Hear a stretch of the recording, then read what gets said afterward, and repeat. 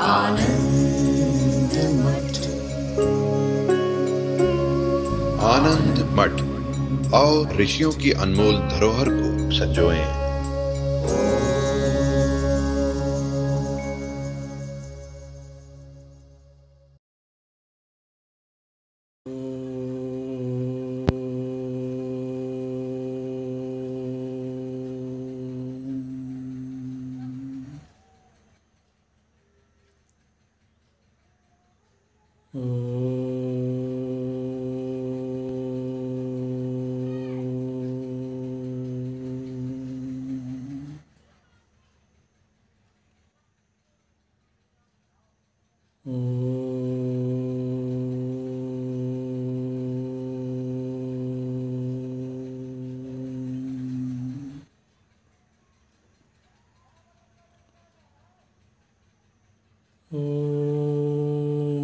भद्रं कर्णेभिः शृणुयाम देवाः, भद्रं पश्येमाक्षभिर्यजत्राः, स्थिरैरङ्गैस्तुष्ट्वागुंसस्तनूभिः व्यशेम देवहितं यदायुः। स्वस्ति न इंद्रो वृद्धस्रवाः, स्वस्ति नः पूषा विश्ववेदाः, स्वस्ति नस्तार्क्ष्यो अरिष्टनेमिः, स्वस्ति नो बृहस्पतिर्दधातु। ॐ शान्ति शान्ति शान्तिः।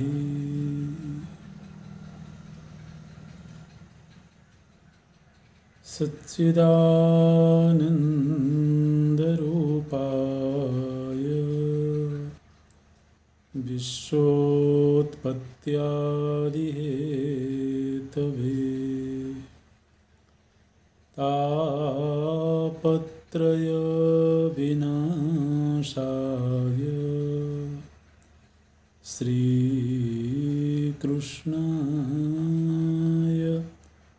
वयं नमः। श्रीकृष्णाय वयं नमः।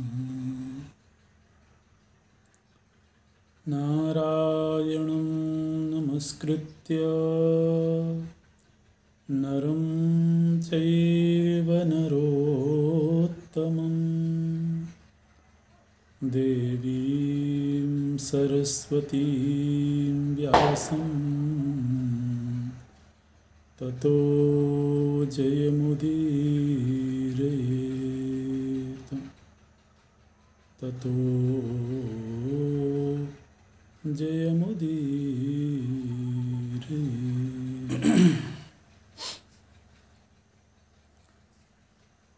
संन्यासाश्रम की महिमा भीष्म जी बता रहे हैं।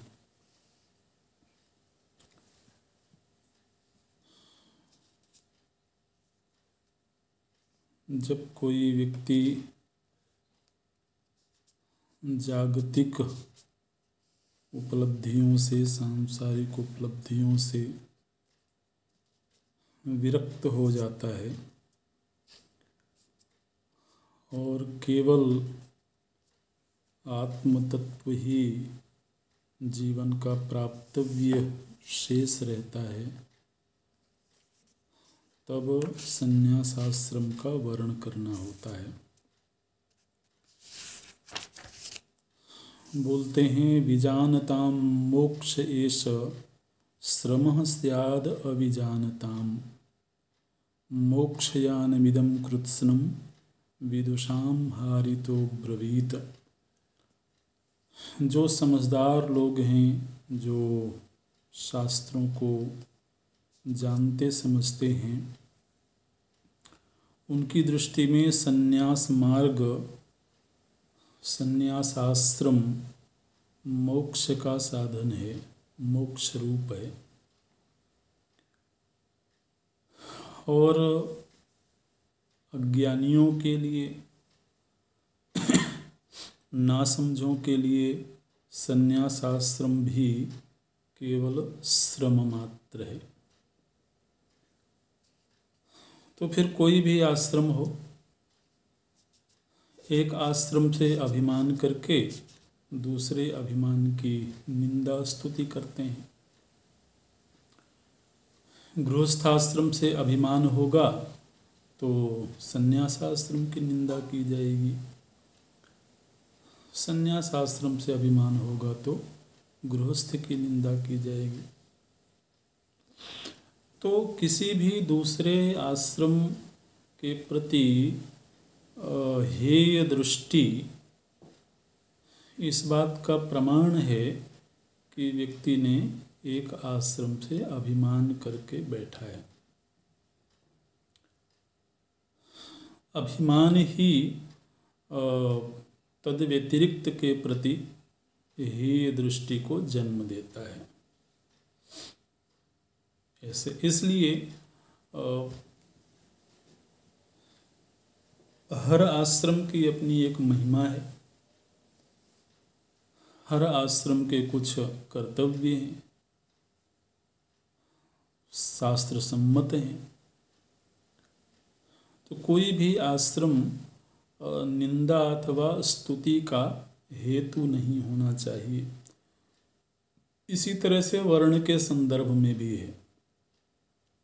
एक वर्ण से व्यक्ति अभिमान करेगा तभी वह दूसरे वर्ण को हेय दृष्टि से देखेगा, जबकि वर्ण व्यवस्था भी शास्त्र सम्मत है और आश्रम व्यवस्था भी शास्त्र सम्मत है।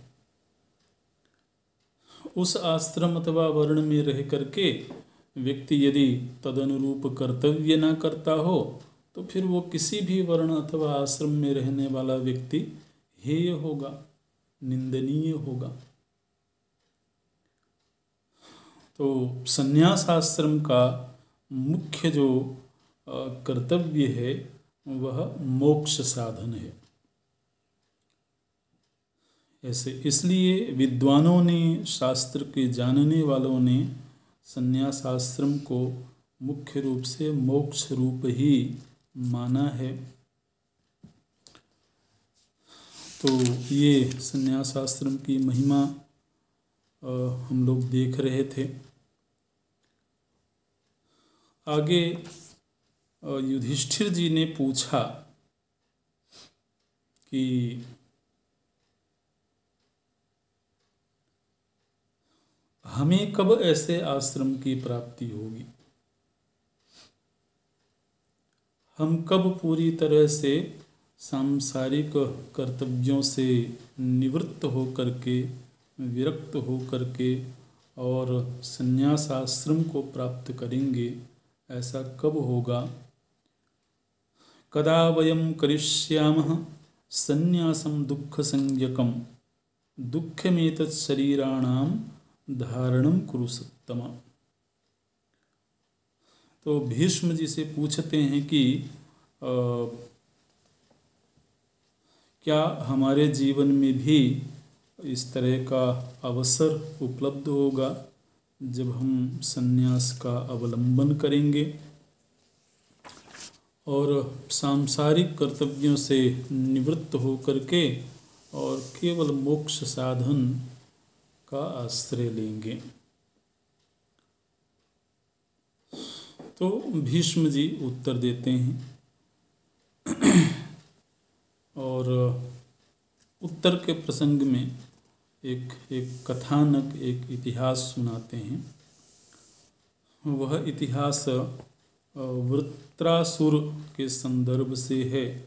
वृत्रासुर का प्रसंग पहले भी आया है, हम लोगों ने देखा है। एक बात जो मोटे तौर पर यहाँ पर विशेष ध्यान देने की है, वो बोलते हैं अयत्न साध्यम मुनयो वदन्ति ये चापि मुक्तास्त उपासितव्याः। त्वया च लोकेन च सामरेण तस्मान् नमस्यामि महर्षि संघान। बोलते हैं कि युधिष्ठिर, ऋषियों ने, मुनियों ने ऐसा कहा है। मुनयः वदन्ति, किम वदन्ति? बोलते हैं अयत्न साध्यम। यह जो मोक्ष तत्व है, ब्रह्म तत्व है, ये यत्न साध्य नहीं है। यह प्रयत्न से, पुरुषार्थ से सिद्ध नहीं होता है। ज्ञानेन ही यदा जंतु अज्ञान प्रभवम तमः व्यपोहति तदा ब्रह्म प्रकाशति सनातनम। सनातन ब्रह्म कब प्रकाशित होता है, कब उसका साक्षात्कार होता है? बोले जब अज्ञान का निवारण होता है। तो अज्ञान निवृत्ति पूर्वक ब्रह्म वस्तु का प्रकाशन ये यत्न साध्य नहीं है, अयत्न साध्यम। अच्छा, तो बोले यह तो केवल गुरु अनुग्रह से ही प्राप्त होता है। इसलिए जो मुक्त महापुरुष हैं उनकी उपासना करो। ये चापि मुक्ताः त उपासितव्याः। जो मुक्त महापुरुष हैं, जिनको ब्रह्म प्रकाशित हो गया है, ऐसे महापुरुषों की उपासना करो। तुम भी करो, समस्त देवता करें और यह समूचे लोक करें। त्वया च लोकेन च सामरेण। ऋषियों ने, मुनियों ने ये बात कही है कि ऐसे मुक्त सिद्ध महापुरुषों के करुणा दृष्टि से ही, अनुग्रह से ही ब्रह्म तत्व का प्रकाश होता है। इसलिए उनकी उपासना किया करो। ये सीधे सीधे आदेश देते हैं युधिष्ठिर जी को। और जो प्रसंग सुना रहे हैं वो प्रसंग कुछ ऐसा है कि पूर्व काल में वृत्रासुर और देवराज इंद्र के बीच युद्ध हुआ। और एक बार तो वृत्रासुर विश्व विजयी हो गए थे, लेकिन फिर जैसे काल की यात्रा है, काल प्रवाह है, तो कभी कोई विजयी होता है, कभी कोई विजयी होता है। तो जब एक बार देवराज इंद्र विजयी हुए, वृत्रासुर परास्त हुए, पराजित हुए, तो पराजित होने के बावजूद वृत्रासुर के चित्त में कोई खिन्नता नहीं थी, किसी भी प्रकार का शोक नहीं था। तो वृत्रासुर की इस स्थिति को देख करके जो असुर गुरु शुक्राचार्य जी हैं, उन्होंने पूछा, भ्रष्टैश्वर्यं पुरा वृत्रम उशनावाक्यमब्रवीत काचित् पराजितस्याद्य न व्यथातेति दानव। शुक्राचार्य जी ने पूछा कि दानव, तुम पराजित हो चुके हो, लेकिन पराजित हो जाने के बावजूद न व्यथा तेस्ति, तुम्हारे चित्त में कोई व्यथा मैं नहीं देख रहा हूँ, तुम व्यथित नहीं दिखाई दे रहे हो, शोक ग्रस्त नहीं दिखाई दे रहे हो, तो इसका क्या कारण है? तो वृत्रासुर बोलते हैं, सत्येन तपसा चैव वेत्वा संशयं ह्यहं न शोचामि न हृष्यामि भूतानामागतिम गतिम।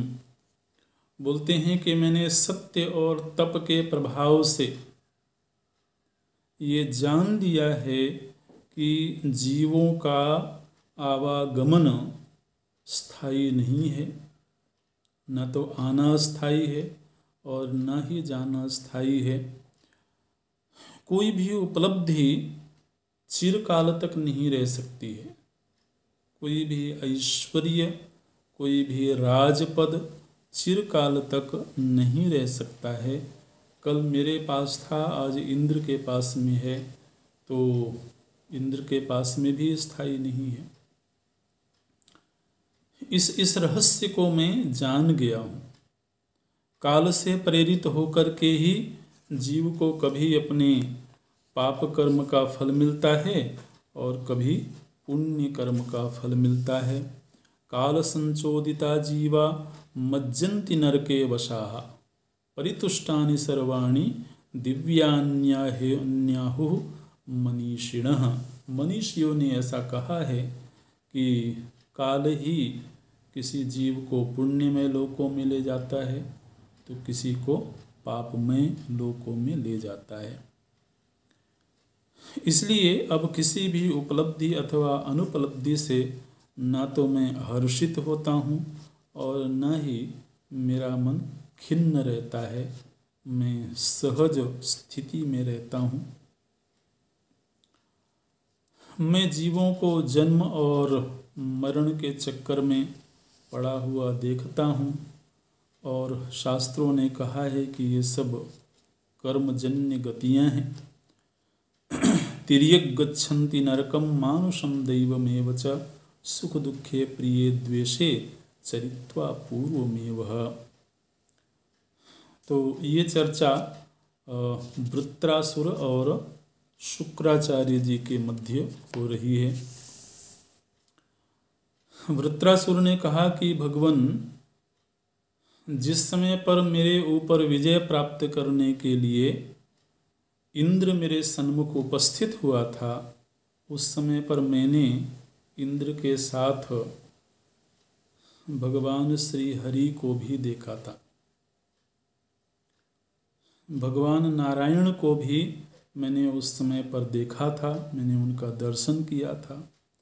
युजुत्सुना महेंद्रेण पुंसा सार्धम महात्मना ततो मे भगवान दृष्टो हरिर्नारायण प्रभुः वैकुंठ पुरुषोऽनन्तः शुक्लो विष्णु सनातन मुंजकेशो हरिश्मश्रुः सर्वभूत पितामहः। तो मैंने भगवान नारायण का दर्शन किया था। उस समय मुझे ऐसा भान हुआ कि मेरे कोई पूर्व के पुण्य कर्म शेष रह गए होंगे, जिससे कि मुझे भगवान नारायण का दर्शन हुआ।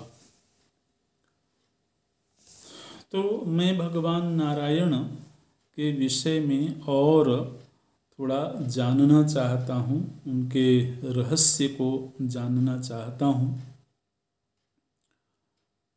तो शुक्राचार्य जी ने कहा कि ठीक है, हम बताएंगे आपको भगवान नारायण का महात्म्य क्या है। और ये चर्चा जब हो रही थी दोनों के बीच में, तभी वहाँ पर सनत कुमार उपस्थित हुए और फिर ये प्रश्न सनत कुमारों के सामने ही रख दिया गया कि आप कृपा करके भगवान नारायण का महात्म्य बताएं, भगवान नारायण की महिमा का वर्णन करें। तो अब सनकादि ऋषि शुक्राचार्य जी के सन्मुख और वृत्रासुर के सन्मुख भगवान नारायण की महिमा का गायन करने लगे। बोलते हैं कि भगवान नारायण का जो परम भाव है, जो ब्रह्म स्वरूप है, उसको जानने के लिए मनुष्यों को सैकड़ों जन्म लेने पड़ते हैं और सैकड़ों जन्मों में जब धीरे धीरे करके मन शुद्ध होता है, जिस तरह से एक सुनार धातु को परिशुद्ध करने के लिए, रजत अथवा स्वर्ण को पूरी तरह से शुद्ध करने के लिए अनेक बार अग्नि में उसको पकाता है, तो बार बार के अग्नि में डालने से ही वह धातु दोषों से रहित होती है। यथा हिरण्यकर्ता वै रूप्यमग्नौ विशोधयेत बहुशोत्ति प्रयत्नेन महतात्मकृतेन। बहुत प्रयत्न करता है, अग्नि में बार बार डालता है, तब जाकर के वह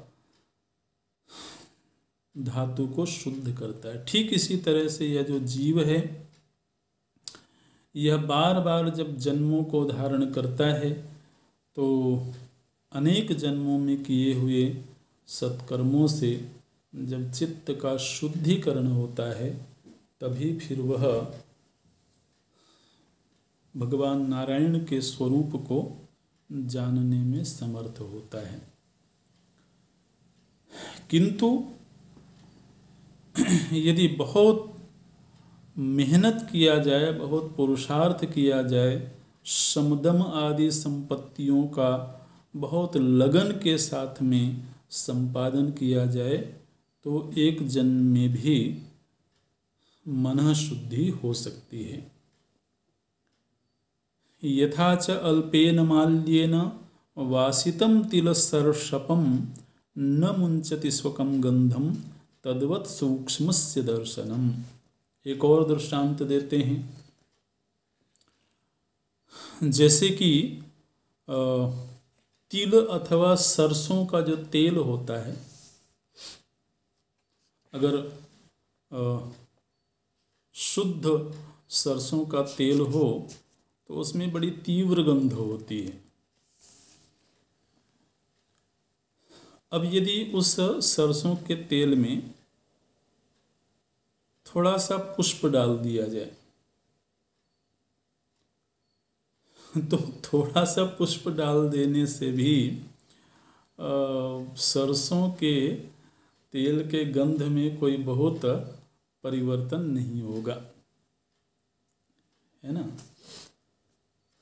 उसकी गंध की तीव्रता वैसी की वैसी ही बनी रहती है। किंतु यदि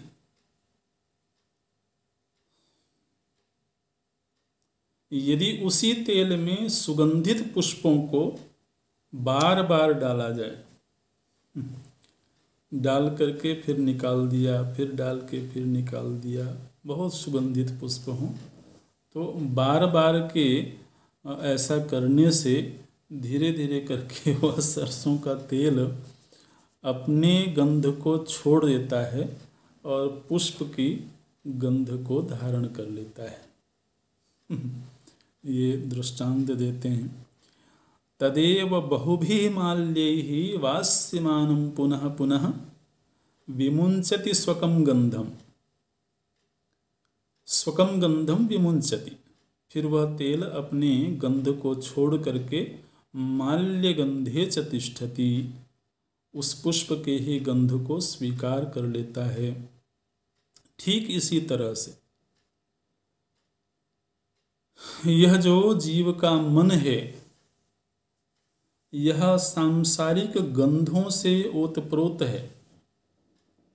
यह विषय गंधों से, विषय जनित जो गंध हैं, वासना हैं, उससे पूरी तरह से यह ओतप्रोत हो रखा है। वासना का एक अर्थ गंध भी होता है। इसलिए थोड़े से पुष्प की भांति थोड़ी सी साधना, थोड़ी सी उपासना से यह उस वासना को छोड़ता नहीं है। और जब तक विषय वासना छूटेगी नहीं, तब तक वह भगवान नारायण के रहस्य को जान नहीं पाएगा। इसलिए बोलते हैं, सैकड़ों जन्मों में जब बार बार वह साधन का आश्रय लेता है, बार बार वह सात्विक जीवन जीता है, तब जो बुद्धि है वह विषय वासना को छोड़ करके सात्विक निर्मल वासना से संपन्न होती है, निर्दोष होती है। एवं जाति शतैर्युक्तो गुणैरेव प्रसंगिषु बुद्ध्या निवर्तते दोषो यत्नेनाभ्यासजेनः। तो अभ्यास और सतत यत्न करने से ही बुद्धि इस बात के लिए तैयार होती है कि वह भगवान नारायण के रहस्य को जान सके। अब ये जो अनेक जन्मों की यात्रा है, इस यात्रा को थोड़ा सा वर्गीकृत करके यहाँ पर वर्णन कर रहे हैं। वैसे तो हम सुनते हैं कि लाखों योनियाँ होती हैं जीवों की, असंख्य योनियों से जीव गुजरता है। 84 लाख योनियों का जिक्र शास्त्रों में आता है प्रायः।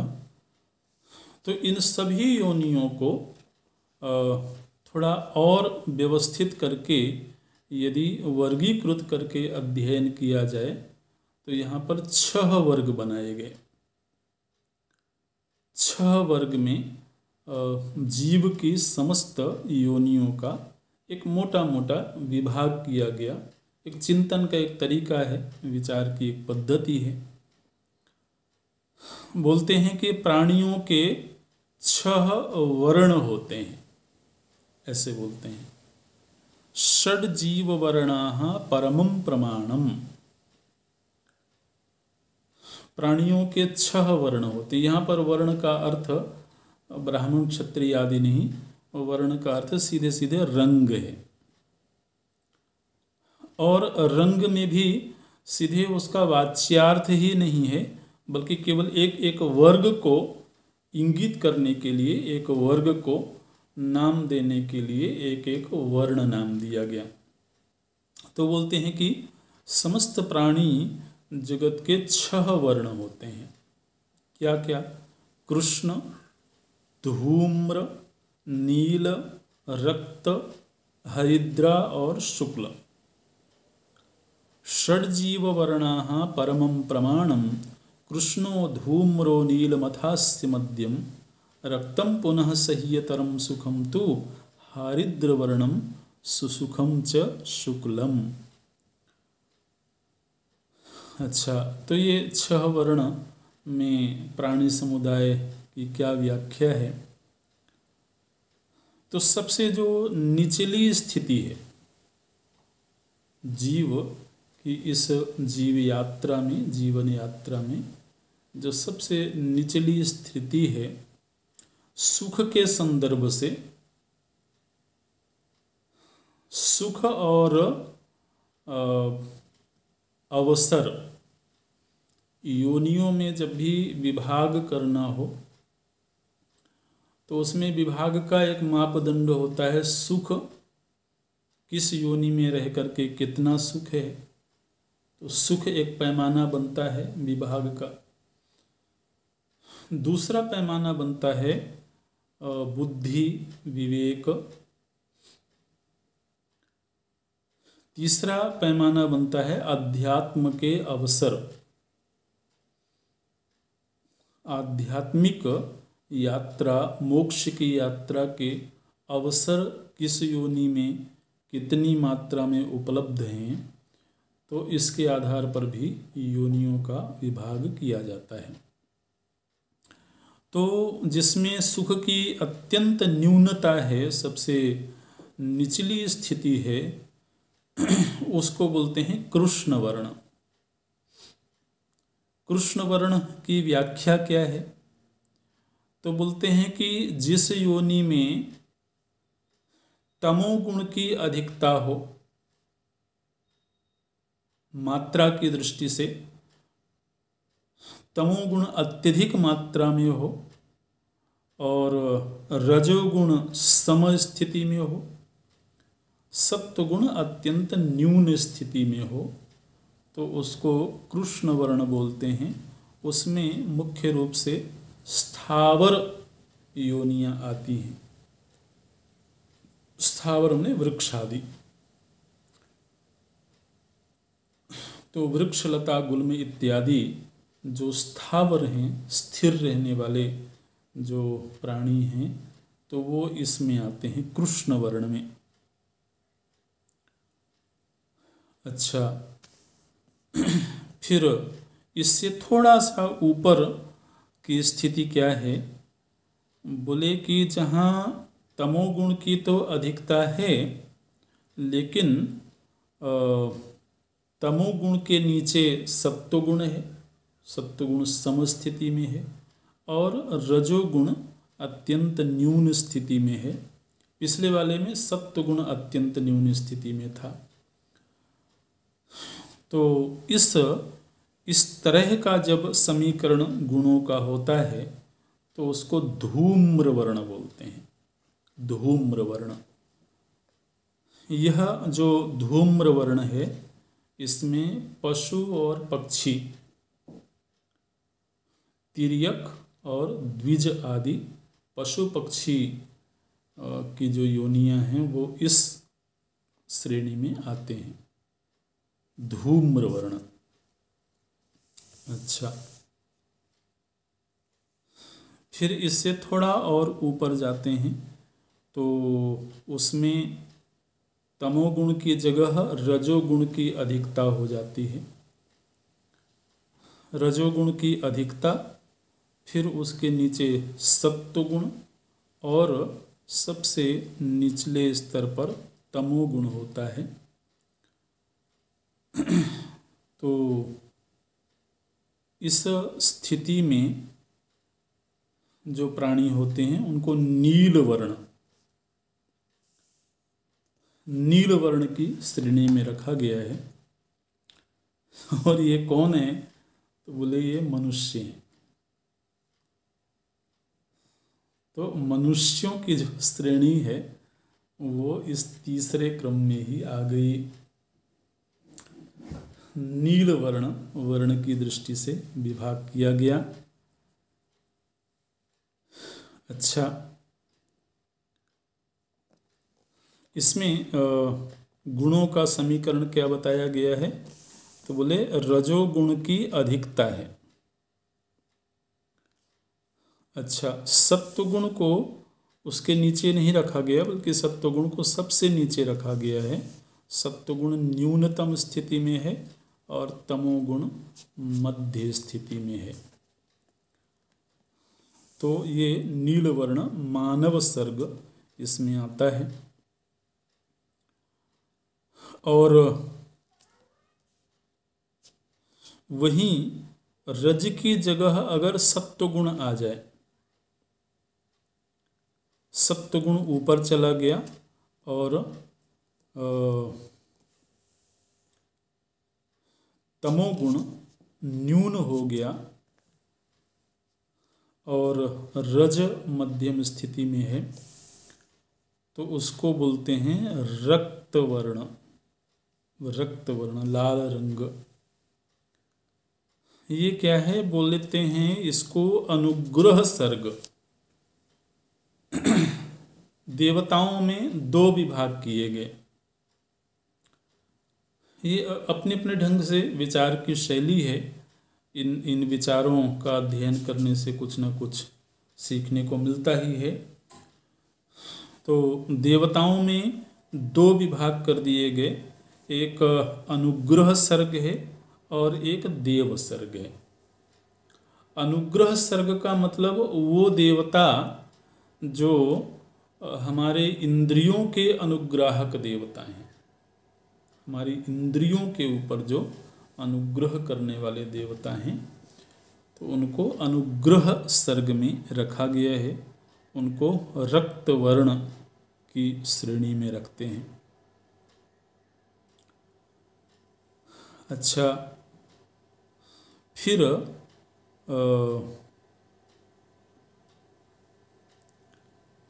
आगे के जो वर्ण हैं, पीत वर्ण और शुक्ल वर्ण, तो इन दोनों ही वर्णों में सत्वगुण की अधिकता है।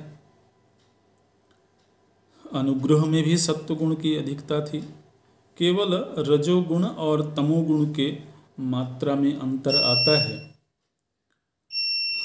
तो इसमें अनुग्रह सर्ग के ऊपर हैं देव सर्ग जो पीत वर्ण में है, और सबसे ऊपर है कौमार सर्ग। कौमार सर्ग का अर्थ है जैसे ये सनत कुमार आदि ऋषि हैं। तो ये जो ऋषि हैं ये कौमार सर्ग के अंतर्गत इनको गिना जाता है और इनका जो वर्ण निर्धारित किया गया वो शुक्ल वर्ण। ऐसे तो सुख की दृष्टि से अगर देखा जाए, किसी प्रकार का द्वंद्व नहीं है। सुख का एक पैमाना होता है द्वंद्व राहित्य, बंधन राहित्य, द्वंद्व राहित्य, ये सब सुख के पैमाने हैं। बंध जितना ज़्यादा होगा सुख की मात्रा उतनी कम होगी। जीवन में द्वंद्व जितना अधिक होगा सुख की मात्रा कम होगी। तो निर्बंध और निर्द्वंद्व, द्वंद्व रहित और बंध रहित जो सर्ग है उसको शुक्ल वर्ण कहा गया, कौमार सर्ग। तो सनकादि ऋषि हैं ये किसी भी प्रकार के द्वंद्व में नहीं हैं और किसी भी प्रकार से बंधन में नहीं है। तो सुख की मात्रा में अगर देखा जाए तो ये सर्वाधिक श्रेष्ठतम सुख की स्थिति में होते हैं। स्वाभाविक तौर पर सुख के दो स्थान हैं। एक तो सत्वगुण सुखात्मक होता है और एक आत्मा सुख स्वरूप है ना। सत्वम सुखे संजयति, सत्वगुण से भी सुख प्रकट होता है और आत्मा तो सुख स्वरूप है। तो इन दोनों में भेद भी जानना चाहिए व्यक्ति को। सत्वगुण सुख का उपपादक होता है, सत्वगुण सुख को उत्पन्न करता है, उसका अपना स्वरूप सुख नहीं है, है ना। स्वरूप अलग चीज है और किसी चीज को उत्पन्न करना अलग चीज है।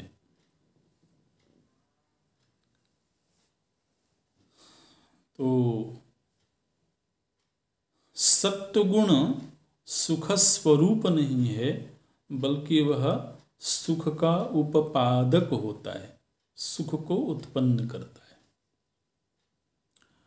तो जिसमें सत्वगुण की अधिकता होगी निश्चित रूप से सुख की अधिकता होगी उसके जीवन में, और जिसको स्वरूप प्राप्ति हो गई हो उसमें तो फिर सुख के सिवा और कुछ है ही नहीं है, इसलिए वहाँ कोई मात्रा की गणना नहीं होती है। कम या ज़्यादा ये जो गणना है यह सत्व गुणात्मक सुख में ही होती है ना। सत्व गुण बढ़ेगा तो सुख बढ़ेगा, सत्व गुण कम होगा तो सुख कम होगा। तो ये बढ़ना और घटना ये जहाँ होता है वहाँ सत्व गुण से उत्पन्न होने वाले सुख में है। तो जहाँ जहाँ डिग्री है, जहाँ न्यूनाधिक्य है वहाँ वो स्वरूप सुख नहीं है। स्वरूप सुख में कोई न्यूनाधिक्य नहीं होता है, वो तो अखंड स्थिति है, समरूप है। इस तरह से तो अब यहाँ पर ये जो 6 विभाग बताए, कृष्ण, धूम्र, नील, पीत और शुक्ल, इनमें फिर आगे बोलते हैं कि मनुष्य माने ये जो नील वर्ण है, इस नील वर्ण वाली योनि के अलावा अन्य जो योनियां हैं, अन्य जो 5 श्रेणियां हैं, उन श्रेणियों में केवल अपने पूर्वकृत कर्मों का उपभोग मात्र होता है।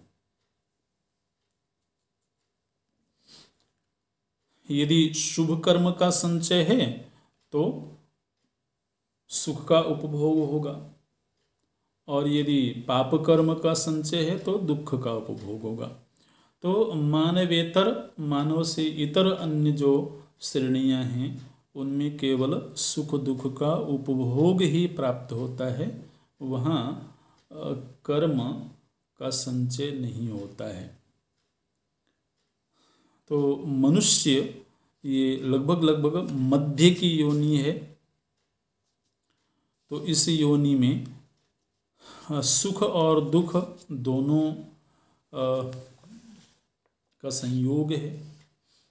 देखिए, अगर कोई मनुष्य योनि में रह करके ये अपेक्षा रखे कि इस योनि में केवल सुख ही सुख मिलता रहे, तो वो अपेक्षा गलत है, क्योंकि यह शरीर ही, यह योनि ही मिश्रित कर्म से उत्पन्न हुई है। इसलिए इसमें सुख और दुख दोनों का ही आवागमन होगा। ये इस योनि की नियति है, इस योनि का सत्य है। ऐसे अच्छा, अब आगे ये भी वर्णन करते हैं कि किस किस योनि में जीव लगभग कितना समय व्यतीत करता है।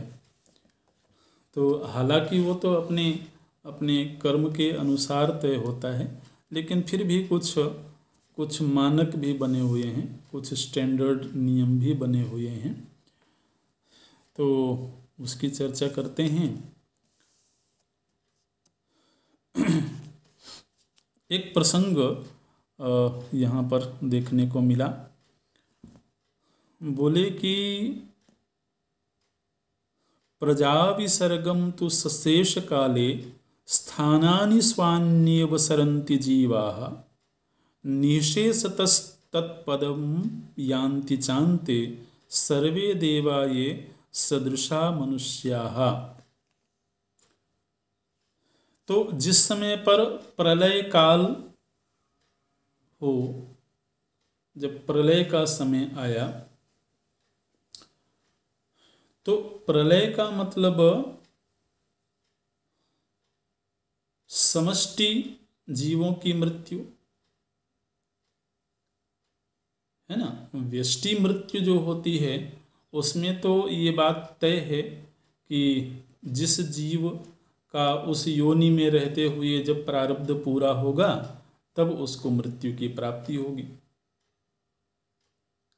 लेकिन जब समष्टि प्रलय का अवसर आता है तो क्या उन सभी जीवों की आयु, उन सभी जीवों का प्रारब्ध उस एक ही समय में पूरा हुआ? ये प्रश्न तो आ सकता है।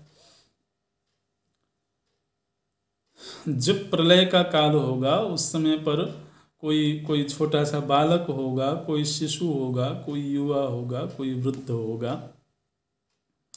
हर जीव अलग अलग आयु के पड़ाव पर होगा। और हालांकि मृत्यु तो किसी भी आयु में आ सकती है, वो कोई विशेष नहीं है। लेकिन प्रश्न ये है कि क्या सभी जीवों का प्रारब्ध उस एक ही काल में समाप्त हो रहा है? क्योंकि प्रलय में तो सभी की एक साथ मृत्यु हो रही है, और मृत्यु तभी होगी जब व्यक्ति का प्रारब्ध, उस योनि के लिए प्रारब्ध समाप्त हो। तो बोलते हैं ऐसा नहीं है। प्रलय काल में सभी जीवों का, वो जिस योनि में भी है, उस योनि का प्रारब्ध उस समय पूरा हो गया, ऐसा नहीं है।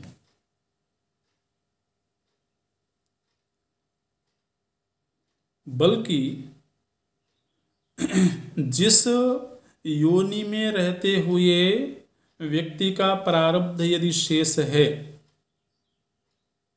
मानो कि कोई जीव मनुष्य योनि में है और उस योनि में उसकी कुल आयु 100 वर्ष की थी, लेकिन उसकी 100 वर्ष की आयु व्यतीत होने से पहले ही 50 वर्ष की आयु में ही समष्टि प्रलय की स्थिति आ गई। तो अब चूंकि समष्टि प्रलय आया है तो मृत्यु तो उसकी भी होगी, लेकिन उस योनि में रहते हुए उसका जो शेष प्रारब्ध है वो उसके साथ में रहेगा, और आगामी सृष्टि जब पुनः उत्पन्न होगी तो वह जीव उसी योनि में जन्म लेगा और उस योनि में जन्म लेकर के वह अपनी शेष आयु को पूरा करेगा। इस तरह से तो कुछ विशेष बातें शास्त्र में किसी प्रसंग में देखने को मिलती हैं जो कि हर जगह पर नहीं होती हैं। तो यहाँ पर ये प्रसंग आया कि प्रजा विसर्गम तु सशेष काले स्थानानि स्वान्येव सरन्ति जीवाः। तो जो जीव हैं वो पूर्व में यदि प्रारब्ध शेष बचा हुआ है उस योनि विशेष के लिए, तो पुनः जब नवीन सृष्टि होती है तो वह उसी योनि में जन्म को धारण करेगा। लेकिन यदि प्रलय काल में उस योनि से संबंधित प्रारब्ध पूरा हो गया हो तो फिर अब जब नवीन सृष्टि होगी तो फिर उसे वो योनि मिलेगी जो उसके संचित कर्मों के आधार पर नवीन प्रारब्ध बनेगा। ऐसे तो प्रलय काल में गया हुआ मनुष्य यदि मानव योनि भी शेष है, उसकी आयु शेष है, तो वह पुनः सृष्टि काल में मनुष्य के रूप में ही जन्म धारण करेगा। आखिर रात्रि में भी तो यही होता है। रात्रि में भी जब हम सुषुप्ति में जाते हैं तो मौत ही तो है, प्रलय ही है वो। प्रलय का अर्थ होता है जहाँ किसी भी विशेष का भान ना हो, किसी भी चीज का भान ना हो। तो प्रलय का अनुभव तो हम हर रात्रि में करते हैं।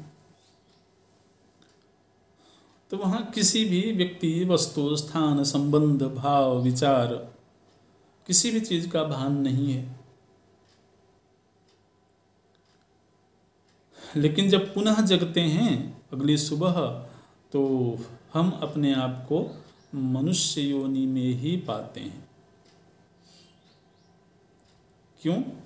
क्योंकि अगले दिन के लिए भी अभी आयु शेष है, प्रारब्ध शेष है, इसलिए पुनः उसी योनि में व्यक्ति आ जाता है। यही स्थिति प्रलय की भी है। तो ये एक प्रसंग यहाँ पर आया। संहार काले परिदग्ध काया ब्रह्मांड मायांति सदा प्रजा ही चेष्टात्मनो देवगणाश्च सर्वे ये ब्रह्मलोकादपराः स्म तेपि। लेकिन यदि मनुष्य योनि में रहते हुए किसी ने ज्ञानाग्नि में शरीरत्रय को दग्ध कर दिया हो, स्थूल सूक्ष्म कारण तीनों ही शरीरों को ज्ञानाग्नि में दग्ध कर दिया हो, तो वो चाहे सृष्टि काल हो और चाहे प्रलय काल हो, वो ब्रह्म स्वरूप में ही स्थित होते हैं। तो शरीरत्रय को दग्ध कर देने से जिस परब्रह्म का साक्षात्कार होता है वही भगवान नारायण का परम पद है। ये प्रश्न तो यहाँ से चला था। भगवान विष्णु की महिमा, उनके महात्म्य की चर्चा हो रही थी। और यह जो भगवान नारायण का परम पद है, इसी को अलग अलग उपासक, अलग अलग मत के लोग भगवान महादेव का कैलाश धाम बोलते हैं। इसी को दूसरे मत वाले भगवान विष्णु का वैकुंठ धाम बोलते हैं।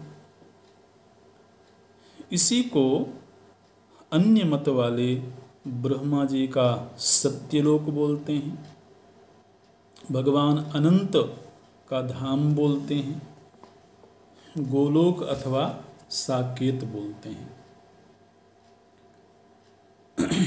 तो ये विभिन्न मतों के अनुसार उपासना पद्धतियों के भेद से ये लोक का भेद हो जाता है।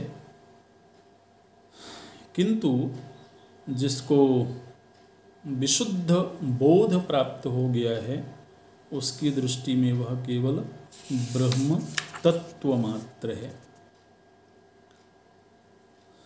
ऐसे तो ये वृत्रासुर ने सुना है, और यहाँ पर भीष्म जी बोलते हैं, एव मुक्त्वा स कौन्तेय वृत्रः प्राणान् वा सृजत योजयित्वा तथात्मानं परम स्थानम वाप्तवान। यहाँ पर ये कहते हैं कि वृत्रासुर ने सनकादि ऋषियों से ऐसे तत्व का श्रवण किया, और वृत्रासुर को भगवत तत्व की प्राप्ति हुई है। परमात्मा में ही उनका मन लीन हो गया, और फिर प्राण त्याग करके वो परम धाम को प्राप्त हो गए। ओम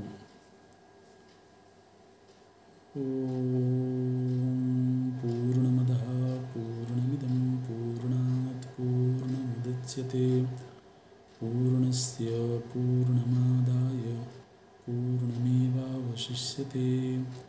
ओम शांति शांति शांति। हरि ओम श्री गुरुभ्यो नमः। हरि ओम।